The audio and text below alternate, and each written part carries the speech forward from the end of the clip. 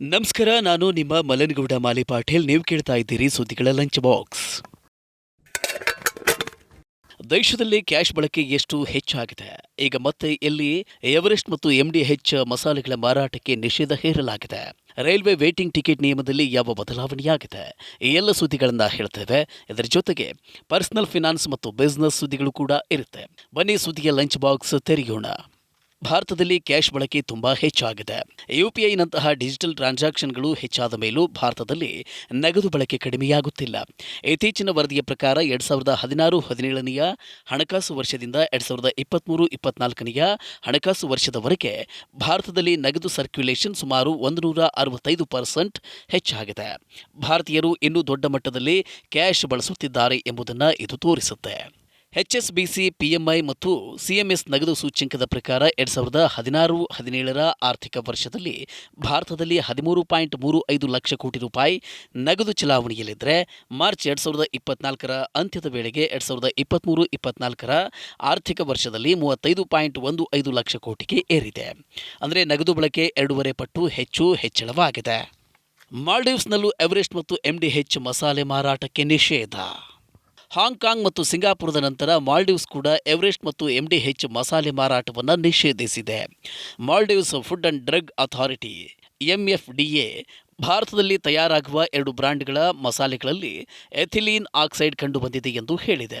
ವರದಿಯ ಪ್ರಕಾರ ಮಾಲ್ಡೀವ್ಸ್ ಸರ್ಕಾರ ಈ ಮಸಾಲೆಗಳಿಂದ ಉಂಟಾಗುವ ಅಪಾಯಗಳನ್ನು ಇನ್ನೂ ಕೂಡ ಮೌಲ್ಯಮಾಪನ ಮಾಡುತ್ತಿದೆ. ಈ ಬ್ರ್ಯಾಂಡ್ಗಳ ಮಸಾಲೆಗಳನ್ನು ಮಾಲ್ಡೀವ್ಸ್ನಲ್ಲಿ ಆಮದು ಮಾಡಿಕೊಂಡು ಹೆಚ್ಚಿನ ಪ್ರಮಾಣದಲ್ಲಿ ಬಳಸಲಾಗುತ್ತದೆ ಹೀಗೆಂದು ಎಂಎಫ್ಡಿಎ ಹೇಳಿದೆ. ಈ ಹಿಂದೆ ಎಂಡಿಎಚ್ ಮತ್ತು ಎವರೆಸ್ಟ್ ಮಸಾಲೆಗಳಲ್ಲಿ ಕ್ರಿಮಿನಾಶಕ ಇವೆ ಎಂದು ಆರೋಪಿಸಿ ಹಾಂಗ್ಕಾಂಗ್ ಮತ್ತು ಸಿಂಗಾಪುರ ಸರ್ಕಾರಗಳು Madras curry powder, Everest fish curry masala, MDH sambar masala mix ಮತ್ತು ಎಂಡಿಎಚ್ ಕರಿ ಪೌಡರ್ ಮಿಕ್ಸ್ ಮಸಾಲೆಗಳ ಮಾರಾಟವನ್ನು ನಿಷೇಧಿಸಿದ್ದವು. ವಿಮಾನ ಟಿಕೆಟ್ಗಳು ಅಗ್ಗ. Civil aviation sector regulator DGCA ವಿಮಾನಯಾನ ಸಂಸ್ಥೆಗಳಿಗೆ ಹೊಸ ಮಾರ್ಗಸೂಚಿಗಳನ್ನು ಹೊರಡಿಸಿದೆ. ಈ ಹೊಸ ನಿಯಮಗಳಿಂದ ವಿಮಾನ ಟಿಕೆಟ್ಗಳ ದರ ಕಡಿಮೆಯಾಗಬಹುದು. ಅನೇಕ ಬಾರಿ ಪ್ರಯಾಣಿಕರು ತಾವು ಬಳಸದಿರುವ ಸರ್ವಿಸ್ಗಳಿಗೆ ಪೇ ಮಾಡಬೇಕಾಗುತ್ತಿದೆ ಎಂಬ ಮಾಹಿತಿಯನ್ನು ಡಿಜಿಸಿಎ ಪಡೆದುಕೊಂಡಿದೆ. ಏಪ್ರಿಲ್ 23ರಂದು ಹೊರಡಿಸಿದ ಸುತ್ತೋಲೆಯಲ್ಲಿ ಸೇವೆಗಳನ್ನು ಆಯ್ಕೆ ಮಾಡಿಕೊಳ್ಳುವ ಸ್ವಾತಂತ್ರ್ಯವನ್ನು ಪ್ರಯಾಣಿಕರಿಗೆ ನೀಡುವಂತೆ ಎಲ್ಲ ಏರ್ಲೈನ್ಸ್ಗೆ ಡಿಜಿಸಿಎ ಸೂಚನೆ ನೀಡಿದೆ.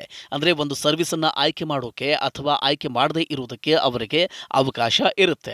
ಇದರಿಂದ ವಿಮಾನ ಟಿಕೆಟ್ಗಳ ಮೂಲ ದರ ಕಡಿಮೆಯಾಗುತ್ತೆ. ಡಿಜಿಸಿಎ ಸುತ್ತೋಲೆಯ ಪ್ರಕಾರ ಈಗ ವಿಮಾನಯಾನ ಸಂಸ್ಥೆಗಳು ಸೀಟ್ ಆಯ್ಕೆ ಮಾಡುವುದಕ್ಕೆ ಶುಲ್ಕಗಳು, snacks, drinks charge, baggage charge, sports equipment charge, musical instrument charge, valuable charge ಎಲ್ಲವನ್ನ ಕೂಡ ತೆಗೆದು ಹಾಕಬೇಕಾಗತ್ತೆ. ವೇಟಿಂಗ್ ಟಿಕೆಟ್ ನಿಯಮ ಬದಲಿಸಿದ ರೈಲ್ವೆ ಈಗ ವೇಟಿಂಗ್ ಮತ್ತು ಆರ್ಎಸಿ ಟಿಕೆಟ್ಗಳ ನಿಯಮಗಳಲ್ಲಿ ಮಹತ್ವದ ಬದಲಾವಣೆ ಮಾಡಿದೆ. ಹೊಸ ನಿಯಮದ ಪ್ರಕಾರ ಈಗ ಪ್ರಯಾಣಿಕರು ವೇಟಿಂಗ್ ಹಾಗೂ ಆರ್ಎಸಿ ಟಿಕೆಟ್ ಕ್ಯಾನ್ಸಲ್ ಮಾಡುವಾಗ ಹೆಚ್ಚಿನ ಶುಲ್ಕವನ್ನು ಪೇ ಮಾಡಬೇಕಾಗಿಲ್ಲ. ಸದ್ಯ ಟಿಕೆಟ್ ಕ್ಯಾನ್ಸಲ್ ಮಾಡೋದಕ್ಕೆ ಪ್ರಯಾಣಿಕರಿಂದ ₹60 ವಸೂಲಿ ಮಾಡಲಾಗುತ್ತಿದೆ. ಜಾರ್ಖಂಡ್ನ ಸಾಮಾಜಿಕ ಕಾರ್ಯಕರ್ತ ಖಂಡೇಲ್ವಾಲ್ ಅವರು ವೇಟಿಂಗ್ ಟಿಕೆಟ್ಗಳನ್ನು ಕ್ಯಾನ್ಸಲ್ ಮಾಡೋದಕ್ಕೆ ರೈಲ್ವೆ ಹೆಚ್ಚು ಶುಲ್ಕ ವಿಧಿಸುತ್ತದೆ ಎಂದು ದೂರು ದಾಖಲಿಸಿದರು. ಟಿಕೆಟ್ ರದ್ದತಿ ಶುಲ್ಕದ ಹೆಸರಲ್ಲಿ ರೈಲ್ವೆ ಭಾರಿ ಆದಾಯ ಗಳಿಸುತ್ತಿದೆ ಎಂದು ಅವರು ದೂರಿದರು. ಅದು ವೇಟಿಂಗ್ ಟಿಕೆಟ್ ಆಗಿತ್ತು, ಕನ್ಫರ್ಮ್ ಆಗದೆ ಇರೋದ್ರಿಂದ ರೈಲ್ವೆಯಿಂದಲೇ ಕ್ಯಾನ್ಸಲ್ ಮಾಡಲಾಗಿತ್ತು. ರೈಲ್ವೆ ಟಿಕೆಟ್ ರದ್ದುಗೊಳಿಸಿದ ಬಳಿಕ ಕೇವಲ ₹95 ಅವರಿಗೆ ಸಿಕ್ಕಿದೆ. ಉಳಿದ ಹಣ ಸರ್ವಿಸ್ ಫೀ ಹೆಸರಿನಲ್ಲಿ ಕಟ್ ಮಾಡಲಾಗಿದೆ. ಈ ದೂರಿನ ನಂತರ ಐಆರ್ಸಿಟಿಸಿ ಮತ್ತು ರೈಲ್ವೆ ತಮ್ಮ ನಿರ್ಧಾರವನ್ನು ಬದಲಾಯಿಸಿವೆ. ಈಗ ಈ ರೀತಿಯ ಟಿಕೆಟ್ಗಳ ವಿಷಯದಲ್ಲಿ ಪ್ರತಿ ಪ್ರಯಾಣಿಕರಿಗೆ ₹60 ಕ್ಯಾನ್ಸಲೇಷನ್ ಫೀಯನ್ನು ವಿಧಿಸಲಾಗುತ್ತದೆ ಎಂದು ರೈಲ್ವೆ ನಿರ್ಧರಿಸಿದೆ. ಬ್ಯಾಂಕುಗಳು ಇನ್ನೂ ಕಡಿಮೆ ಸಾಲ ವಿತರಣೆ ಮಾಡುವುದು ಅನಿವಾರ್ಯ. ಡೆಪಾಸಿಟ್ ಹೆಚ್ಚಳವಾಗುವ ಆತಂಕ. 2024ರ ವರ್ಷ ಭಾರತೀಯ ಬ್ಯಾಂಕಿಂಗ್ ಸಿಸ್ಟಮ್ಗೆ ಹೊಸ ಸವಾಲುಗಳನ್ನು ಉಂಟು ಮಾಡಬಹುದು. ಗ್ಲೋಬಲ್ ರೇಟಿಂಗ್ಸ್ S&P ಪ್ರಕಾರ ಬ್ಯಾಂಕುಗಳು ಹಣಕಾಸಿನ ಕೊರತೆಯನ್ನು ಎದುರಿಸುತ್ತಿವೆ. ಹೀಗಾಗಿ ಸಾಲ ಕೊಡುವುದು ಈ ವರ್ಷ ನಿಧಾನ ಆಗಬಹುದು ಎಂದು ಹೇಳಿದೆ. ಬ್ಯಾಂಕುಗಳು ಸಾಲ ಕೊಡುವ ವೇಗಕ್ಕೆ ಹೋಲಿಸಿದರೆ ಅದೇ ಪ್ರಮಾಣದಲ್ಲಿ ಡೆಪಾಸಿಟ್ ಬರುತ್ತಿಲ್ಲ ಎಂದು ರೇಟಿಂಗ್ ಸಂಸ್ಥೆ ಹೇಳಿದೆ. ಇದರಿಂದ ಸಾಲ ಕೊಡಲು ಬೇಕಾದ ಡೆಪಾಸಿಟ್ ಕೊರತೆಯಾಗಿ ಈ ವರ್ಷ ಸಾಲ ನೀಡುವ ಪ್ರಕ್ರಿಯೆ ನಿಧಾನವಾಗಬಹುದು.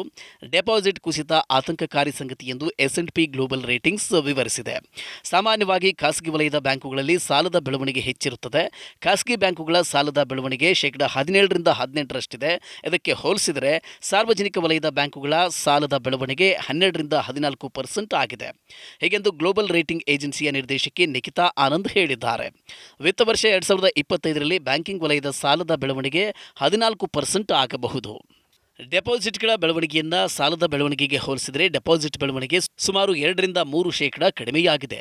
ಹೀಗಾಗಿ ಪ್ರಸಕ್ತ ಹಣಕಾಸು ವರ್ಷದಲ್ಲಿ ಬ್ಯಾಂಕುಗಳು ಕಡಿಮೆ ಪ್ರಮಾಣದಲ್ಲಿ ಸಾಲ ನೀಡುವ ಸಾಧ್ಯತೆ ಇದೆ. ಡೆಪಾಸಿಟ್ ಹೆಚ್ಚಾಗದಿದ್ದರೆ ಅದರಿಂದ ಬ್ಯಾಂಕುಗಳ ಲಾಭದ ಮೇಲೆ ನೆಗೆಟಿವ್ ಪರಿಣಾಮ ಉಂಟಾಗುತ್ತೆ.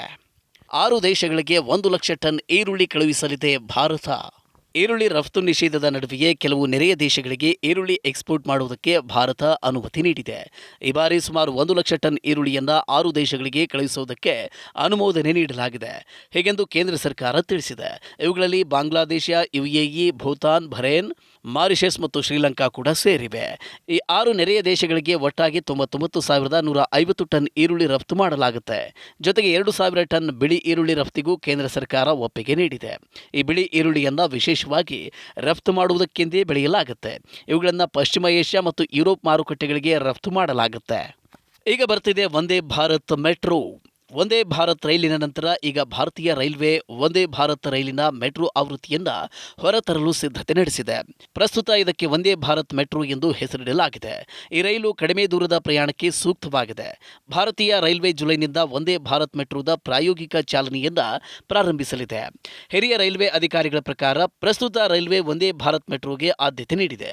ಇದರಲ್ಲಿ 12 ಕೋಚ್ಗಳು ಇರ್ತವೆ. ವಂದೇ ಭಾರತ್ಗೆ ಹೋಲಿಸಿದರೆ ದೊಡ್ಡ ಬಾಗಿಲುಗಳಿರ್ತವೆ. ಜೊತೆಗೆ ಅಕ್ಕಪಕ್ಕದಲ್ಲಿ ಸೀಟ್ಗಳು ಇರ್ತವೆ. ಈ ರೈಲನ್ನು ವೇಗದ ಪ್ರಯಾಣಕ್ಕೆ ಎಂದು ವಿನ್ಯಾಸಗೊಳಿಸಲಾಗಿದೆ. ಇದನ್ನು 4, 8 ಮತ್ತು 16 ಕೋಚ್ ಮಾದರಿಯಲ್ಲಿಯೂ ಕೂಡ ಓಡಿಸಬಹುದು. 16 ಕೋಚ್ಗಳನ್ನು ಹೊಂದಿರುವ ವಂದೇ ಭಾರತ್ ಮೆಟ್ರೋವನ್ನು ಹೆಚ್ಚು ಜನದಟ್ಟಣೆ ಇರುವ ಮಾರ್ಗಗಳಲ್ಲಿ ಮಾತ್ರ ಓಡಿಸಲಾಗುತ್ತೆ. ಪ್ರತಿದಿನ ರೈಲಿನಲ್ಲಿ ಪ್ರಯಾಣಿಸುವವರಿಗೆ ಈ ರೈಲು ತುಂಬಾ ಪ್ರಯೋಜನಕಾರಿಯಾಗಿದೆ. ಕೆಲಸಕ್ಕಾಗಿ ಹತ್ತಿರದ ನಗರಗಳಿಗೆ ಪ್ರಯಾಣಿಸುವವರಿಗಂತೂ ಇದು ವರದಾನ. ಇದಿಷ್ಟು ಇಂದಿನ ಸುದ್ದಿಗಳ lunch box. Stock market, mutual fund, insurance ಹಾಗೂ ಪರ್ಸನಲ್ ಫಿನಾನ್ಸ್ಗೆ ಸಂಬಂಧಿಸಿದ ನಿಮ್ಮ ಎಲ್ಲ ಪ್ರಶ್ನೆಗಳಿಗೆ ತಜ್ಞರಿಂದ ಉತ್ತರ ಹಾಗೂ ಸಲಹೆ ಪಡೆದುಕೊಳ್ಳುವುದಕ್ಕೆ ಈಗಲೇ ಡೌನ್ಲೋಡ್ ಮಾಡಿ ಮನಿ9 ಆ್ಯಪ್. ಮತ್ತಷ್ಟು ಅಪ್ಡೇಟ್ಗಳೊಂದಿಗೆ ಮತ್ತೆ ಭೇಟಿಯಾಗೋಣ. ನಮಸ್ಕಾರ.